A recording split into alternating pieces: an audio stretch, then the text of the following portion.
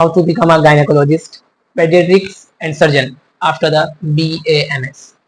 तो आपके लिए एक गोल्डन चांस और अपॉर्चुनिटी ये है कि आप BAMS अगर कर रहे हैं या अगर करना चाहते हैं तो आप बिला झिझक कर सकते हैं, क्योंकि BAMS के बाद भी आपके लिए बहुत सारे ऑप्शंस ऐसे हैं कि आप कर सकते हैं। तो वीडियो जो है बहुत ज़्यादा इंटरेस्टिंग होने वाली है, तो बिना किसी देरी के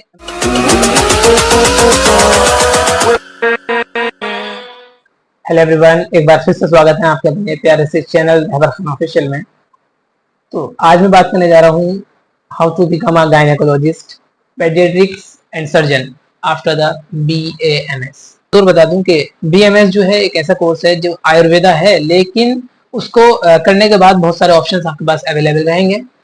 मैं आपको आज बताने वाला हूँ कि BAMS में कोर्स क्या रहने वाला है, BAMS का क्या सिलेबस रहता है और गायनेकोलॉजिस्ट कैसे बन सकते हैं और उसकी क्या सैलरी रहने वाली है। 4 ऑप्शन आपके लिए दिए गए हैं, सिलेबस और क्या कोर्स रहेगा, तीसरी चीज गायनेकोलॉजिस्ट कैसे बनेंगे और चौथा ये कि इसकी सैलरी क्या रहने वाली है। बिना किसी देरी के शुरू करते हैं वीडियो में लास्ट तक बने रहें। मैं रिक्वेस्ट करूंगा कि आप अगर चैनल पर नए हैं तो चैनल को सब्सक्राइब, वीडियो को लाइक शेयर करना ना भूलें। Now I will discuss about how to become a gynaecologist after the BAMS। Before it I will discuss about syllabus of BAMS। Syllabus की अगर मैं बात कर लूं, कुछ लोगों का मानना यह है कि उसमें टोटल संस्कृत पढ़ाई जाती है, आयुर्वेद पढ़ाया जाता है, तो ऐसा बिल्कुल नहीं है। BAMS में मैं क्लियर कर दूं आपको, BAMS के अंदर जो है ऑलमोस्ट 50% मॉडर्न रहता है और 50% आयुर्वेद रहता है, यानी कि संस्कृत प्रेजेंट रहता है। तो मैं 1 मिनट लेकर आपको बता दूं कि इसमें बुक्स क्या रहने वाली हैं। अष्टांग हृदय रहने वाला है, संहिता अध्ययन रहने वाला है, पदार्थ विज्ञान रहने वाला है, संस्कृत रहने वाला है, रचना शरीर, क्रिया शरीर, ये 2 ब्रांचेस रहती हैं एनाटॉमी और फिजियोलॉजी की। और हमारे मॉडर्न में जो रहने वाली है फर्स्ट ईयर में एनाटॉमी यानी BD चौरस पढ़ाई जाती है जो हमारे MBBS में होती है, और फिजियोलॉजी जो हमारी सेमुलिंगम या और भी अकॉर्डिंग टू टीचर्स अपनी अपनी बुक वो अपनी पसंद की जो है वो मंगवा लेते हैं। तो ये वो बुक्स हैं जो BAMS के फर्स्ट ईयर में आपको पढ़ाई जाती हैं। और इसी के साथ साथ मैं क्लियर कर दूं कि एक संस्कृत की जो बुक हमारे लिए लगाई जाती है वो इसलिए लगाई जाती है ताकि हमें संस्कृत पढ़ने और समझने में आसानी हो जाए। वो डिपेंड करता है कि टीचर हमें पढ़ाने वाला कैसा है, संस्कृत को समझा के पढ़ाता है जैसे तो आपको नोट्स बनवाता है या अपना टाइमिंग पूरा करता है, वो अलग बात है। It is doesn't matter. Now I discuss about how to become a gynaecologist after the BAMS। तो इसके 2 प्रोसीजर होते हैं। नंबर 1, हमें MS करना पड़ेगा गायनेकोलॉजिस्ट करने के लिए। एक हमारा AIAGPT एग्जाम होता है जो हमारा ऑल इंडिया लेवल पे होता है, वो हमें क्लियर करना पड़ता है। एक अच्छी रैंक हासिल करेंगे, अच्छे मार्क्स लाएंगे तो हमें अच्छा कॉलेज मिलेगा, और अच्छा कॉलेज मिलेगा तो हम अच्छे गायनेकोलॉजिस्ट बन सकते हैं। गायनेकोलॉजिस्ट को आयुर्वेद टर्म में जो हम बोलते हैं प्रसूति तंत्र एवं स्त्री रोगा, यानी कि इसमें 2 टर्म आ जाती है, प्रसूति तंत्र और स्त्री रोगा। इसको PTSR भी बोल देते हैं। अगर इसके ड्यूरेशन की अगर मैं बात करूं तो 3 साल इसका ड्यूरेशन रहता है, 3 ईयर इसका ड्यूरेशन टाइम है। यानी कि इसमें अगर हम ये जो होते हैं हमारे क्लिनिकल ब्रांचेस होते हैं, मेडिसिन है, पीडियाट्रिक्स है या गायनेकोलॉजिस्ट है, आप अगर करना चाहें तो आफ्टर BAMS कर सकते हैं। जो हमारा प्रसूति तंत्र और स्त्री रोग है, ये 2 टर्म हो जाती है। इनको जब हम डिवाइड करते हैं तो इनकी अलग अलग डिसीजेस पढ़ाई जाती हैं। वैसे ही कुछ लोगों का मानना ये होता है कि जो हम BAMS के बाद गायनेकोलॉजिस्ट पढ़ते हैं या हम करते हैं तो वो इलीगल होता है, लेकिन ऐसा बिल्कुल भी नहीं है। वो लीगल है और पूरी तरह लीगल है। आप उसमें अपना क्लिनिक खोल सकते हैं, हॉस्पिटल खोल सकते हैं, या कहीं भी आप गवर्नमेंट या हॉस्पिटल गवर्नमेंट या हॉस्पिटल प्राइवेट हॉस्पिटल में आप जॉब कर सकते हैं।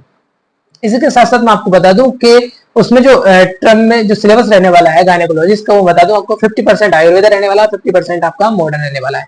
फॉर एग्जांपल कोई भी एक क्वेश्चन आया जो आपको डिसीज के बारे में लिखना हुआ, तो आप जब 15 मार्क का कोई क्वेश्चन है डिसीज के बारे में लिखना है, तो आप जब डिसीज के बारे में लिखेंगे तो आयुर्वेद के बारे में भी लिखेंगे और आप मॉडर्न में भी लिखेंगे, वरना आपको क्वेश्चन में कोई भी मार्क्स नहीं मिलेगा। इसी के साथ साथ जैसे मैंने अभी बताया आपको कि जो प्रसूति तंत्र और स्त्री रोगा है, जब हम उसको डिवाइडेशन करेंगे तो एक प्रसूति तंत्र बन जाएगा और एक स्त्री रोगा बन जाएगा। तो प्रसूति तंत्र में जो हम पढ़ेंगे वो पढ़ेंगे पोस्टनेटल के बारे में। पोस्टनेटल क्या होता है? आफ्टर द चाइल्ड बर्थ, और जो भी हमारे प्रेगनेंसी या बर्थ चाइल्ड, इन सब के बारे में हम पढ़ने वाले हैं। उसमें हम जितने भी डिसऑर्डर्स इसके रिलेटेड होंगे वो पढ़ने वाले हैं। देन स्त्री रोगा यानी कि स्त्री का रोग, फीमेल डिसऑर्डर्स, प्रेगनेंसी डिसऑर्डर्स, ये जो भी फीमेल के रिलेटेड डिसऑर्डर्स होंगे वो हम उसमें पढ़ने वाले हैं। ये हो गया हमारा प्रोसीजर नंबर 1। नंबर 2 जो हमारा प्रोसीजर होगा वो ये होगा कि हम उसको एक DGO एक डिप्लोमा होता है गायनेकोलॉजिस्ट का, वो भी कर सकते हैं। लेकिन मैं आपको सजेस्ट करूंगा कि बेटर आपके लिए MS करना ही होगा, क्योंकि मास्टर डिग्री का होना बहुत जरूरी होता है। क्योंकि डिप्लोमा होता है और डिग्री होती है। यहाँ आप बेटर जानते हैं कि डिग्री में और मास्टर डिग्री में क्या फर्क होता है। तो एक चीज मैं आपको बता दूं कि DGO आप कर सकते हैं आफ्टर द BAMS, इसका जो ड्यूरेशन टाइमिंग की अगर बात करूं तो वो 2 साल होता है। और एक चीज ये है कि इसके अंदर सबसे ज्यादा जो आपके लिए रहने वाला है वो है इम्पोर्टेंट स्किल।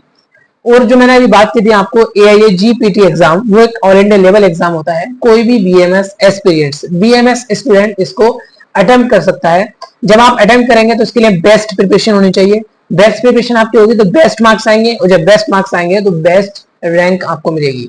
जब बेस्ट रैंक आपको मिल जाएगी तो बेस्ट कॉलेज मिलेगा, और जब बेस्ट कॉलेज मिलेगा तो आप बेस्ट गायनेकोलॉजिस्ट बन सकते हैं, क्योंकि आपको फैसिलिटीज बेस्ट मिलेंगी, टीचर्स बेस्ट मिलेंगे, और वहां का जो माहौल है वो आपको बेस्ट मिलने वाला है। तो मैं बात कर रहा था गायनेकोलॉजिस्ट की। ये 2 प्रोसीजर हमारे थे गायनेकोलॉजिस्ट बनने के, जो मैं आपको बता चुका हूं।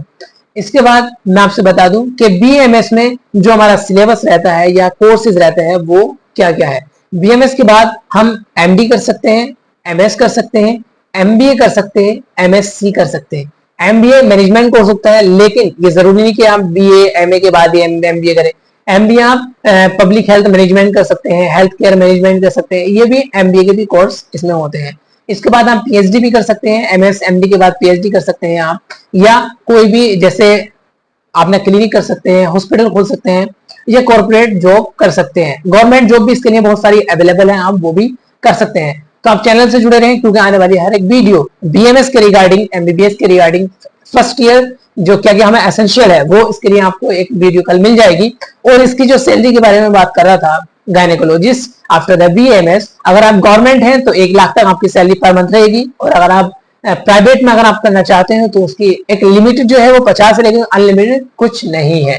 डॉक्टर होता है, मायने डिग्री नहीं रखती, उसकी प्रैक्टिस रखती है। ये मैं आपको बता दूं, आपके अंदर जितना प्रैक्टिस होंगे आप, उतने ही आपका अच्छा रिजल्ट देने वाले हैं, उतने ही अच्छा आप पेशेंट्स के सामने डिलीवर करने वाले हैं। तो आपसे रिक्वेस्ट करूंगा चैनल से जुड़े रहें, चैनल को सब्सक्राइब, वीडियो को लाइक शेयर करना ना भूलें। मिलते हैं नेक्स्ट वीडियो में, बाय बाय, टेक केयर।